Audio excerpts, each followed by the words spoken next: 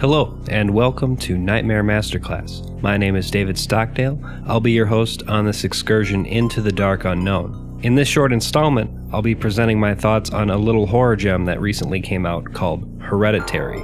Hereditary stars Toni Collette, Alex Wolff, Millie Shapiro, and Gabriel Byrne. And I think at this point it's safe to say the film is in the running for Best Horror Movie of 2018, in my book at least. Hereditary is one of those rare horror films that leaves you just awestruck in how it manages to accomplish what it does. I dare say it's the freakiest shit I've seen this year, maybe even in the past few years. This is a very dynamic and interesting horror film, and while it's certainly not something I would recommend if your aim is a night of pure comedy, there are points when the characters find themselves in such absurd situations that you can't help but laugh. Yet, the film does an excellent job of making the viewer feel totally unsafe throughout the course of every scene. Hereditary is a story about the Graham family. Towards the beginning of the film, Annie Graham suffers the loss of her mother, Ellen, and there are a number of indications that something seriously strange is going on. Right off the bat, we get the sense that there are a number of unresolved issues between Annie and her mother. There are a bunch of people she doesn't know at her mother's funeral, and Annie's daughter, Charlie, seems to have had an oddly close relationship with her grandmother. There is one particularly haunting scene, or should I say recreation of a scene, that calls attention to this. Over the course of the film, it is gradually revealed that Ellen was into some weird stuff. Let's just leave it at that for now. If you've seen the film, you know what I'm talking about. I'll be getting into spoiler territory from this point forward, so pause the video right now and go see the movie if you haven't already done so. I just have to give a bit of praise to Toni Collette for her performance as Annie Graham. There was just something so earnest about her work in this movie. The way she delivers lines is so peculiar and matter of fact, I had to take note of it. Namely, I'm thinking of one scene which actually turns out to be a nightmare, where she tells her son Peter that she never wanted him to be born and that she actively worked to have a miscarriage prior to his birth. I think it is safe to say at this point that Annie's intuition was really quite telling. I also found it to be interesting that the protagonist, Annie Graham, is an artist, specifically a miniaturist. She's someone who constructs tiny little scenes that are typically based on her own life experiences. Right after having seen the film, I wondered about the significance of this. Why is Annie this very particular sort of artist?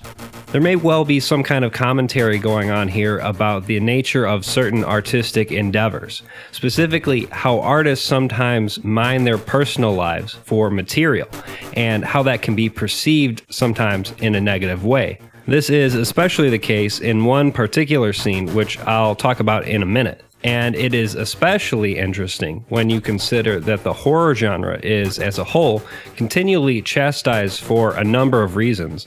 First and foremost, due to the depiction of violence. And, sometimes there is validity to that line of criticism, but I think we'd all agree that to write off the entire genre for this would be a mistake. The case in point would be this film, Hereditary, which itself depicts some fairly gruesome stuff, but I would say the violence serves a pretty significant function in the film. As stated, Annie is an artist who creates miniature models, and she has a penchant for depicting some rather traumatic moments in her own life. For instance, after the untimely and horrific death of her daughter, Annie actually reconstructs the scene of the accident that killed her. For Annie, this is a way to process what happened, to make sense out of the tragedy. We come to learn over the course of the film that Annie's life has been plagued by a series of tragedies. She tells a support group that her father and brother were both mentally ill, and they both eventually met their demise because of that. It seems to follow to me that Annie's artistic pursuits are intrinsically linked to these tragedies.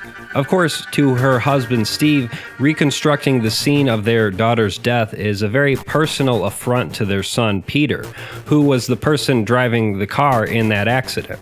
Annie's depiction of the accident is perceived as a transgression of their family dynamic, in which she, the mother, is expected to protect her son from feeling as though he's responsible for his sister's death. Annie defends her art by stating that it's a neutral view of the accident, not a statement about Peter's involvement in it. This is one of the most interesting scenes, and it contains absolutely no horror other than the situation depicted by her art. Now, let's call to mind the fact that the film starts by zooming in on what appears to be a miniaturized version of the Graham household, after which the action starts. Peter is awakened by his father and told to get dressed and ready for his grandmother's funeral. Now, it wouldn't quite make sense to take the film literally, that is, to assume that the entirety of the film takes place in this miniature world, but in a way, it kind of does if we consider it from a metaphoric standpoint. After all, what is a film? In hindsight, if we consider the fact that Annie tends to construct scenes that carry some kind of emotional weight to her, usually some kind of trauma, then it stands to reason that the film is itself an instance of a piece of art that reflects some kind of trauma, perhaps trauma of the director or maybe the screenwriter's life, though for various reasons it doesn't make sense to make assumptions about that, but perhaps the sort of trauma reflected by the film is generally applicable to all of us, namely the trauma of living, of being a person, a family member, of being a teenager, a mother, a father, a person grieving over the loss of a loved one, a person subject to the various tragedies that inevitably come up in life. Everyone has a different way of processing negative emotions. Some people make art, some people try to fix everything, some people smoke pot, and some just make weird popping sounds with their mouths.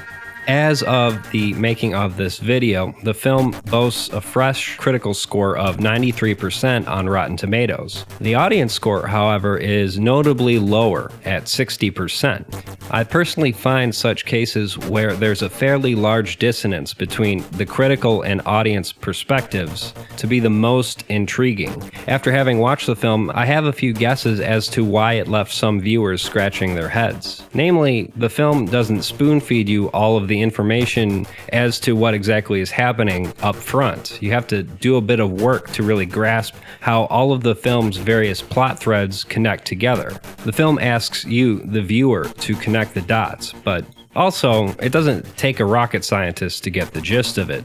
Namely, that Annie Graham's mother was part of a devil-worshipping cult that is working to usher in the reign of King Payman, one of the higher-ups in hell. I suspect some viewers will be put off by the film's ending, but you can't please everybody. I, for one, thought it was excellent. On that note, let's talk about the end of Hereditary.